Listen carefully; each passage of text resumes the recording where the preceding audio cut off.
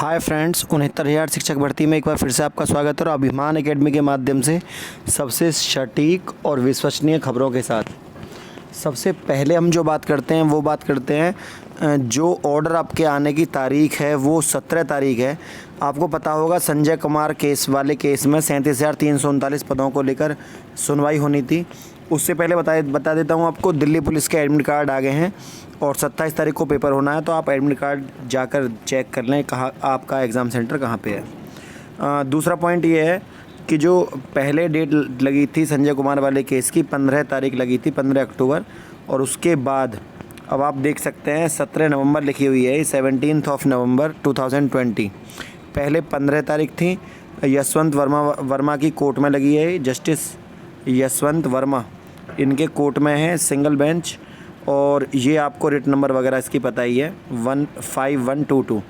और इसमें अपना केस सुना जाना है 37,339। जो बची हुई लिस्ट है उसको लेकर संजय कुमार यादव वाला केस है, मैंने आपको बताया था। और ये आपका 15 अक्टूबर लास्ट पहले था, लेकिन अब इसकी सुनवाई है। संजय कुमार यादव 8760/2020 और अग्निहोत्री एंड त्रिपाठी वाली बेंच में एंड 5 अदर्स। तो ये आपका केस जो है सुनवाई है।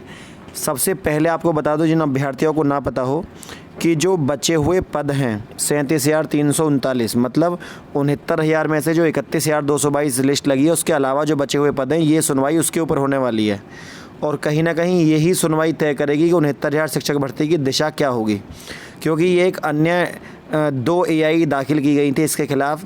और इसमें ये पूछा गया था कि जो हाई मेरिट गुणांक वाला बच्चा है उसको आपने नहीं लिया है और कम गुणांक वाले को ले लिया, आपने किस आधार पे ऐसा किया। तो सबसे पहले बात तो ये है कि उसकी विश्वसनीयता और उस पर ही प्रश्न चिन्ह है, सब भर्ती के ऊपर ही प्रश्न चिन्ह उठा हुआ है। तो इस सबसे पहली बात तो ये है। दूसरा, जो भर्ती को लेकर केस है, दूसरा मैटर ये था कि आपको पता होना चाहिए कि 69,000 शिक्षक भर्ती में अभी तक आदेश नहीं आया है, लेकिन बचे हुए पदों को लेकर बार बार सुनवाई करवाई गई है।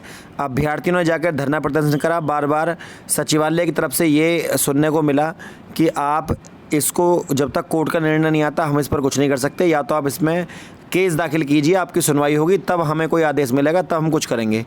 तो अभ्यर्थियों ने भी सेम टू सेम जैसा सचिवालय ने कहा ऐसा ही किया। उन्होंने 2 AI दाखिल कर दी, एक संजय कुमार यादव ने करी और एक आनंद कुमार ने करी, दोनों ने केस पर कर दिया। और 5 और भी अन्य थे, उन्होंने भी केस दाखिल किया। जैसे आप यहाँ भी देख सकते हैं कि संजय कुमार यादव के अलावा 5 और भी हैं जिन्होंने इसमें अपने दाखिल किए, क्योंकि उनके सबके बच्चों के हाई मेरिट गुणांक हैं और उनसे कम मेरिट वालों के सिलेक्शन हो गए। तो उन्होंने इस पर आपत्ति उठाई है कि ऐसा क्यों हुआ।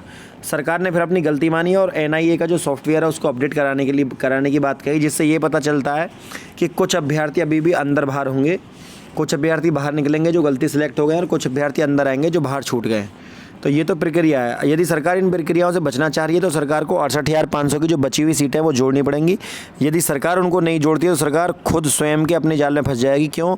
क्योंकि सरकार ने पहले से ही सॉफ्टवेयर को अपडेट क्यों नहीं करा। आपने गलत कम गुणांक वाले को नौकरी आपने क्यों दे दी और ज़्यादा गुणांक वाले को क्यों नहीं दी? क्या आधार था आपके पास जो आपने कम गुणांक वाले को नौकरी दी? और जब आपने पहले उसको नौकरी दे दी तो आप उसको मानसिक प्रताड़ित कैसे कर सकते हैं? आप उसको नौकरी छीन क्यों रहे हैं फिर बाद में? तो ये इन सब चीज़ों का समाधान ये है कि जो बची हुई सीटें आप उनको जोड़िए। 68,500 की जो बची हुई सीटें हैं 22,000, उनको जोड़ने का कष्ट करें, तो उससे सारी प्रॉब्लम जो है वो सॉल्व हो जाएंगी ऑटोमेटिकली। तो अब फ़िलहाल 17 तारीख केस लगी हुई है, 17 तारीख को जो होगा वो देखा जाएगा। नई शिक्षक भर्ती का विज्ञापन 69,000 शिक्षक भर्ती के तुरंत बाद भी आ सकता है।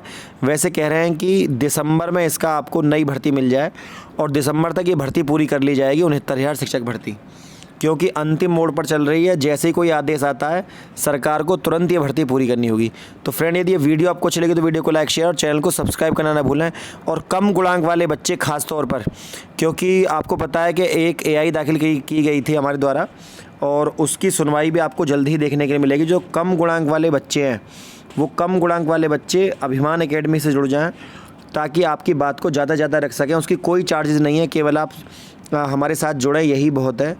और जो अभ्यर्थी रिट डालने के बारे में बात कर रहे हैं उसमें यदि कोई याची बनना चाहता है तो मैं उन अभ्यर्थियों से बात करके आपका नाम वहाँ पे लिखवा दूंगा। आप मुझे बता देना। कम गुणांक वाले बच्चे, मुद्दा केवल ये है कि जो कम गुणांक वाले अभ्यर्थी हैं वो 68,500 की जो बची हुई सीटें हैं 22,000, उनको जोड़ने के लिए क्या क्या जो क्रिया होगी उसके ऊपर केस दाखिल करेंगे। क्योंकि आनंद कुमार बनाम वाले केस में 1,37,000 पदों को भरना था 6 महीने में, उसी अनुरूप जो सीटें बच गई वो केस जीत भी गई, उसी को आधार बनाकर एक अन्य AI दाखिल की जाएगी जिसके तहत सरकार के कान पे जूं रहेंगे और सरकार उस भर्ती को पूरा करे। तो फ्रेंड्स, सबसे इम्पोर्टेंट बात मैं आपसे बार बार यही कहता हूँ, आप भी अपने इस तरह से कुछ काम करिएगा। कुछ हम कर रहे हैं, चार्जेस कुछ भी नहीं है, केवल आप चैनल को सब्सक्राइब करें और ज़्यादा से ज़्यादा जुड़ें ताकि आपकी बात को कहीं किसी के सामने रख सकें। आज के लिए इतना ही। जय हिंद, जय भारत।